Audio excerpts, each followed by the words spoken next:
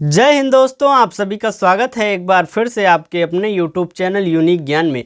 आज हम BA first semester history का चैप्टर फर्स्ट पढ़ेंगे। इसका सिलेबस हमने आपको पहले ही डिस्कस कर दिया है कि कितने टॉपिक्स पढ़ने हैं, कौन कौन से यूनिट्स पढ़ने हैं, और आपका ये सिलेबस जो है अब स्टार्ट कर दिया गया है। क्लासेज स्टार्ट कर दी गई हैं, आपका पूरा सिलेबस जो है कवर कराया जाएगा। आप चैनल पर बने रहिए, अपने दोस्तों के पास अवश्य शेयर करिए जिससे वह भी क्लासेज ले सकें और इसका फ़ायदा उठा सकें। अगर आप इन क्लासेस का नोट्स प्राप्त करना चाहते हैं तो हमारे टेलीग्राम चैनल को ज्वाइन कीजिए, जिसका लिंक आपको डिस्क्रिप्शन बॉक्स में मिल जाएगा, या फिर आप जाकर टेलीग्राम पर सर्च कीजिए यूनिक ज्ञान, आपको चैनल मिल जाएगा। वहाँ पर यहाँ जो सभी क्लासेस कराई जाती हैं आपको वहाँ पर नोटिफिकेशन पीडीएफ एक प्रकार से दे दिया जाता है। साथ ही साथ आपकी यूनिवर्सिटी से रिलेटेड एग्ज़ाम फॉर्म से रिलेटेड, एडमिट कार्ड से रिलेटेड या किसी भी चीज़ से रिलेटेड, आपके यूनिवर्सिटी से रिलेटेड आपको वहाँ पर न्यूज़ भी दिया जाता है, इसलिए आप चैनल पर अवश्य जुड़ जाइए। तो चलिए देखते हैं चैप्टर फर्स्ट में हमें क्या पढ़ना है। प्राचीन भारतीय संस्कृति के ऐतिहासिक स्रोत।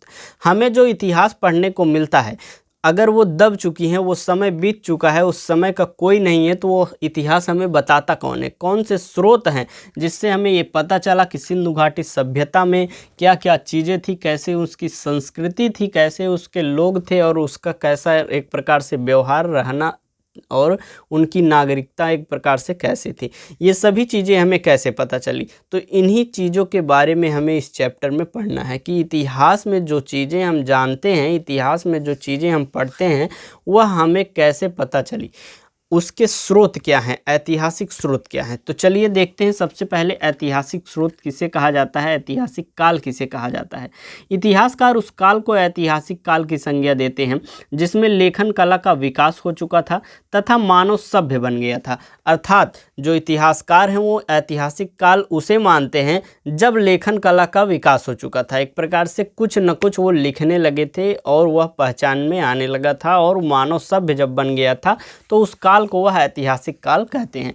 प्राचीन भारत के इतिहास में एक ऐसा भी समय था जिसके लिए लेखन कला के प्रमाण तो थे, किंतु या तो वे अस्पष्ट थे या फिर उनकी गूढ़ लिपि का अर्थ निकालना कठिन है। एक प्रकार से आप देखिए, सिंधु घाटी सभ्यता में जो भी चीज़ें लिखी गई थी उनको आज तक पढ़ा नहीं जा सका है।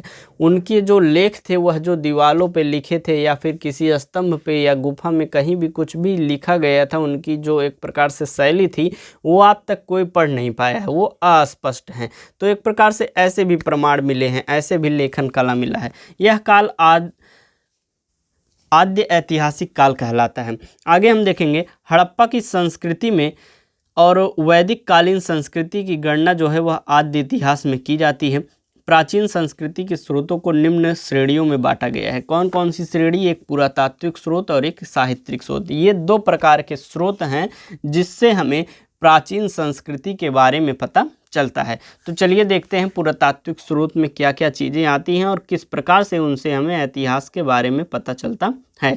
पुरातात्विक स्रोत। वर्तमान समय में पुरातत्व का क्षेत्र काफ़ी व्यापक हो गया है। यह वह विज्ञान है जिसके माध्यम से पृथ्वी के गर्भ में छिपी हुई सामग्रियों की खुदाई कर प्राचीन काल के लोगों के भौतिक जीवन का ज्ञान प्राप्त किया जाता है। आज का समय जो है, आज का विज्ञान जो है, उसमें ऐसी ऐसी तकनीकी आ गई है जिससे हम पता लगा सकते हैं। अगर हमें खुदाई करने पे किसी भी व्यक्ति का या कोई भी वस्तु मिलती है कि या किसी व्यक्ति के कंकाल मिलते हैं तो हम उसे पता लगा सकते हैं कार्बन डेटिंग से या किसी अन्य विधि से यह पता लगा सकते हैं कि कितने वर्ष पुरानी यह चीज़ है या यह कंकाल है। तो आज ऐसी तकनीकी आ चुकी है। गार्डन चाइल्ड के शब्दों में अगर हम कहें तो भौतिक अवशेष के माध्यम से मानव के क्रियाकलापों का ज्ञान ही पुरातत्व कहलाता है। बीबी लाल क्या कहते हैं? पुरातत्व जो है वह पूरा विज्ञान की वह शाखा है जो अतीत की मानव संस्कृतियों को व्याख्यात करता है। पुरातत्व विज्ञान जो है ऐसी शाखा है जो अतीत के लोग हैं उनके व्यवहार को, उनके रवैयों को एक प्रकार से हमें व्याख्यायित करता है। पुरातत्व के क्षेत्र की बात करें तो यह अत्यंत व्यापक है, जिसके अंतर्गत मानव से संबंधित समस्त क्रियाकलापों, सामाजिक, आर्थिक, राजनीतिक, धार्मिक आदि का अध्ययन सम्मिलित होता है।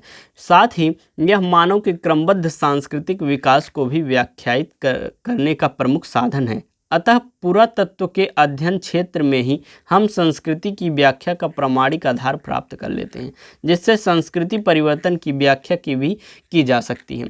प्राचीन भारतीय इतिहास के अध्ययन के लिए पुरातात्विक सामग्रियां सापेक्षिक रूप से अधिक प्रामाणिक हैं। इसके अंतर्गत मुख्यतः पुरालेख, विद्यालिखाएँ, स्मारक, अवशेष, मृदभांड, मूर्तियाँ और चित्र आदि आ जाते हैं। जैसे पुरातत्व में हमें क्या क्या स्रोत मिलते हैं, जैसे उसमें स्मारकों पर लिखा जाता है तो उसे स्मारक लेख कहा जाता है, अवशेषों पर लिख दिया जाता है, मृदभांडों पर लिख दिया जाता है। तो इन सभी जगह पर जो अवशेष हमें प्राप्त हुए हैं उनसे हमें यह चीज़ें स्रोत एक प्रकार से मिलती हैं और इतिहास की संस्कृति के बारे में, इतिहास की सामाजिक आर्थिक क्रियाकलापों के विषय में हमें पता चलता है। आगे हम देखेंगे पहला स्रोत इसमें क्या है। पुरातात्विक स्रोतों में पहला स्रोत क्या होता है? अभिलेख। शिला पर लिखे अभिलेखों को शिलालेख, इसी तरह अन्य को स्तंभ लेख, ताम्रपत्र लेख, मूर्ति लेख आदि कहा जाता है। जैसे कि अभिलेख जो होते हैं वह विभिन्न प्रकार के होते हैं। शिला पर अर्थात चट्टानों पर, पर्वतों पर, दीवालों पर जो लिखा जाता है उसे शिलालेख कहा जाता है। स्तंभों पर जो एक स्तंभ बनाए जाते हैं उस पर लिखा हुआ स्तंभ लेख, ताम्रपत्र लेख और मूर्ति लेख, ये अलग अलग प्रकार के लेख मिलते हैं।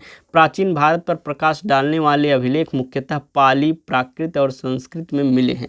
अर्थात हमें जैसे कि वैदिक काल में अगर हम जाकर देखें तो वैदिक काल में हमें संस्कृत, पाली और प्राकृत भाषाओं में लेख जो मिले हैं हमें मिले हैं। कुछ अभिलेख तमिल, मलयालम, कन्नड़ व तेलुगु भाषाओं में भी मिलते हैं। अधिकांश अभिलेखों की लिपि जो है ब्राह्मी है, जो बाएं से दाएं की ओर लिखी जाती है। कुछ अभिलेख जो है खरोष्ठी लिपि में लिखे हुए भी प्राप्त हुए हैं। कुछ विदेशी अभिलेखों से भी प्राचीन भारत का प्रकाश पड़ता है। एशिया माइनर के बोगेज कोई का अभिलेख जो है वह विदेशी अभिलेखों में प्रमुख है। इसके अतिरिक्त पर्सिपोलस तथा नक्सेरुस्तक के अभिलेखों से प्राचीन भारत तथा ईरान के पारस्परिक संबंधों पर प्रकाश डालते हैं। जैसे कि हमें यहाँ पर भारतीय भाषाओं के अभिलेख तो मिले ही हैं तथा हमारे जो विदेशी यहाँ पर आते थे उनके अभिलेख भी हमें प्राप्त हुए हैं, जिससे प्राचीन सभ्यता के विषय में, प्राचीन संस्कृति के विषय में हमें ज्ञान मिलता है। अगला है हमारा स्मारकों के द्वारा। प्राचीन भवनों, मूर्तियों और भग्नावशेषों का भी भारतीय इतिहास में विशेष महत्व है। यद्यपि स्मारक जो है राजनीतिक स्थिति पर तो विशेष प्रकाश नहीं डालते, किंतु इनसे सांस्कृतिक क्षेत्र में अत्यधिक जानकारी प्राप्त होती है। मंदिर, स्तूप व अन्य स्मारक तत्कालीन धर्म एवं आध्यात्मिक भावना के साथ साथ कला की भी जानकारी देते हैं। मोहनजोदड़ो एवं हड़प्पा में हुए उत्खननों से संभवतः विश्व की प्राचीनतम सभ्यता जो है पुरातात्विक साक्ष्य सभ्यता का पता चलता है। जो मोहनजोदड़ो और हड़प्पा जो मिले हैं, वहाँ पर जो अवशेष मिले हैं उसके जब उत्खनन किए गए तो विश्व की प्राचीनतम सभ्यता जो थी उसके साक्ष्य हमें वहाँ पर प्राप्त होते हैं। अगला हमारा क्या है? मुद्राओं के द्वारा। जैसे कि हमने आपको सबसे पहले क्या बताया, अभिलेखों के द्वारा हमें पता चलता है अपने प्राचीन संस्कृतियों के बारे में, फिर हमें भवनों के द्वारा, स्मारकों के द्वारा मिलता है, फिर हमें क्या, अगला हमारा स्रोत है मुद्राएं। प्राचीन भारत पर प्रकाश डालने वाले पुरातात्विक स्रोतों में मुद्राओं का विशिष्ट स्थान है। मुद्राएं तत्कालीन राजनीतिक, धार्मिक, आर्थिक स्थिति एवं कला पर विशेष रूप से प्रकाश डालती हैं। बीजी गोखले ने मुद्राओं के महत्व पर प्रकाश डालते हुए लिखा है कि सिक्के अत्यंत बहुमूल्य होते हैं क्योंकि उनके बिना विश्वसनीय इतिहास की रचना प्रायः असंभव होती है। पुरातात्विक साक्ष्यों की बात करें तो हरियाणा के एक स्थान पर भगवानपुरा एवं पंजाब की 3 जगहों की खुदाई से चित्रित मृदभांड अवशेष लौह वस्तुओं की अनुपस्थिति में प्राप्त हुए हैं। सामान्यतः गंगा, यमुना, दोआब एवं उसके पूर्व की ओर उत्खनित स्थानों से दोनों साथ साथ पाए जाते हैं। प्रतीत होता है कि ये स्थल लौह पूर्व अवस्था में चित्रित धूसर मृदभांड संस्कृति की प्रतिनिधित्व करते हैं। एक प्रकार से जब लोहे की खोज नहीं हुई थी तब धूसर मृदभांडों से एक चित्रित होते थे जो भी मूर्तियां बनती थी। जब लोहे की खोज हो गई तो लोहों का भी मिलता है। इस प्रकार वह अलग अलग काल का गणना कर लेते हैं। उपर्युक्त उत्खनित स्थलों से अनाज भी अप्राप्य रहा है, जबकि पशु अस्थियां बड़ी मात्रा में मिली हैं। यह बस्ती ऋग्वेद से वर्णित पैस केंद्रित संस्कृति की पुष्टि करनी जान पड़ती है। पुरातत्वविदा ने इन स्थलों से प्राप्त सामग्री का काल जो है वह 1500 से 1000 ईसा पूर्व निर्धारित किया है, जो अन्य स्रोतों के आधार पर ऋग्वैदिक सभ्यता के निर्धारण से मेल खाता है। उत्तर वैदिक काल में चित्तिन धूसर मृदभांड के साथ लोहे के भी उपकरण हमें प्राप्त हुए हैं। ये तो हमने देख लिया हमारे जो पुरातात्विक स्रोत थे अलग अलग। अब हम देखेंगे हमारे साहित्यिक स्रोत कौन कौन से हैं। साहित्यिक स्रोत में सबसे पहला हमारा आता है वैदिक साहित्य। वेदों में सबसे प्राचीन ऋग्वेद, जिससे हमें ऋग्वैदिक समाज की जानकारी मिलती है। वहीं दूसरी ओर सामवेद, यजुर्वेद, अथर्ववेद से उत्तर वैदिक समाज की जानकारी हमें प्राप्त होती है। इन चारों वेदों की सहायता से हम लगभग 900 वर्षों, कब से कब तक, 1500 ईसा पूर्व से लेकर 600 ईसा पूर्व का इतिहास हम जान पाते हैं। इन ग्रंथों से आर्यों की उत्पत्ति, उनके मूल निवास स्थान, उनके विस्तार या फैलाव, उनकी राजनीति संरचना, सामाजिक व्यवस्था, आर्थिक क्रियाकलाप, धार्मिक दृष्टिकोण और सांस्कृतिक उपलब्धियों की जानकारी मिलती है। अथर्ववेद में उस समय के समाज का चित्र मिलता है जब आर्यों ने अनार्यों के अनेक धार्मिक विश्वासों को अपना लिया था। अर्थात अलग अलग वेदों से अलग अलग काल की एक प्रकार से हमें जानकारी प्राप्त होती है। ऋग्वैदिक काल से हमें वैदिक काल की जानकारी मिलती है। उसके पश्चात हमें जो अथर्ववेद, सामवेद, यजुर्वेद हैं उनसे उत्तर वैदिक काल की जानकारी हमें प्राप्त होती है। कैसे आर्य यहाँ पर आए, आर्यों का फैलाव किस प्रकार से हुआ, उनकी आर्थिक व्यवस्था क्या थी, सामाजिक व्यवस्था क्या थी, राजनीतिक व्यवस्था क्या थी, राजनीतिक संरचना क्या थी, उनके धार्मिक दृष्टिकोण क्या थे और उनकी सांस्कृतिक उपलब्धियों की जानकारी हमें मिलती है। आगे हम देखें सूत्र साहित्य आता है। किसके बाद? वैदिक साहित्य के बाद हमारा सूत्र साहित्य आता है। वैदिक साहित्य के बाद सूत्र साहित्य का काल आता है। ये सूत्र इसलिए कहलाते हैं क्योंकि इसमें सूत्रों के रूप में लेखक अपनी बात अभिव्यक्त करता है, अर्थात अपनी बातों को सूत्रों के माध्यम से बताता है, वही सूत्र साहित्य कहलाता है। सूत्र साहित्य की सहायता से वैदिकोत्तर काल के जीवन पर प्रकाश पड़ता है। वैदिक काल के अंत में वेदों का अर्थ ठीक प्रकार समझने के लिए वेदांगों की रचना की गई। एक प्रकार से जो वेद थे उसका अर्थ सही रूप से समझने के लिए वेद अंग अर्थात वेदांग की रचना की गई। वेद के कुल मिलाकर 6 अंग होते हैं। कौन कौन से? शिक्षा, कल्प, व्याकरण, निरुक्त, छंद और ज्योतिष। ये 6 प्रकार के एक प्रकार से क्या होते हैं? 6 अंग होते हैं। इन्हीं से वेदों की जानकारी प्राप्त होती है। वेदों को समझने के एक प्रकार से ये जरिए हैं। वैदिक स्वरों का शुद्ध उच्चारण करने के लिए शिक्षा शास्त्र का निर्माण हुआ। ऐसे सूत्र जिनमें विधि और नियमों का प्रतिपादन किया गया है वह क्या कहलाते हैं?